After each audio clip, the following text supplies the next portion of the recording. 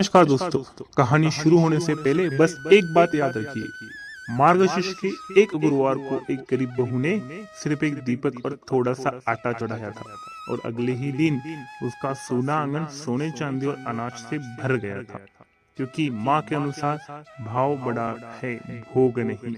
आज सुने वही चमत्कारिक कथा जिसे सुनते ही आपके जीवन में बरकत आने लगेगी। अगर आप आपके घर में बरकत चाहते तो वीडियो पूरा देखिए। एक गांव में एक अत्यंत गरीब परिवार रहता था। घर में बूढ़ी सास, बहू और छोटा सा बच्चा था। बहू बहुत ही धर्मपरायण थी, पर गरीबी इतनी कि रोज का भोजन जुटाना भी कठिन था। एक दिन गांव में घोषणा हुई, मार्गशीर्ष मास के गुरुवार का व्रत अत्यंत फलदायी होता है। जो भी इसे करे उसके घर से दरिद्रता समाप्त हो जाती है। बहू के मन में तो इच्छा जागी, पर घर में पूजा के लिए घी तेल तक नहीं था। सास ने कहा, बेटी क्यों मन को तकलीफ देती हो, हमारे पास कुछ नहीं है, व्रत कैसे कर पाएंगे। पर बहू बोली, माँ व्रत भक्ति से होता है, सामान से नहीं। अगली सुबह वह थोड़ा सा आटा लेकर उसमें पानी मिलाकर एक छोटा सा दीपक बना ली। घर का पुराना फटा कपड़ा उससे बाती बना ली और पूजा शुरू कर दी। उसने माँ लक्ष्मी से कहा, हे माता, मेरे पास आपको चढ़ाने के लिए कुछ नहीं है, पर मेरे पास सच्चा मन है।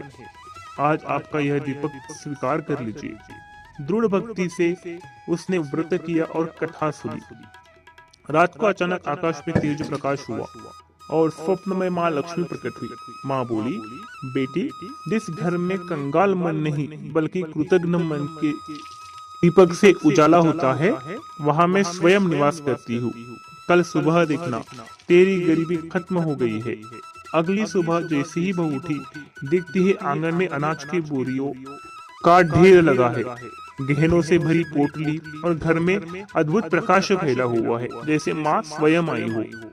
सास आश्चर्य से बोली, बेटी यह सब कहाँ से आया। तभी हवा में एक मधुर आवाज सुनाई दी। मार्गशीर्ष गुरुवार का व्रत उसके घर को भर देता है, जो श्रद्धा से एक दीपक भी जलाए।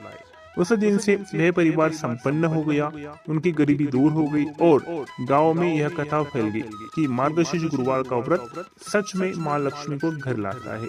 अगर आप भी माँ लक्ष्मी की कृपा पाना चाहते हैं तो आप भी ये व्रत करें। धन्यवाद। जय माँ लक्ष्मी।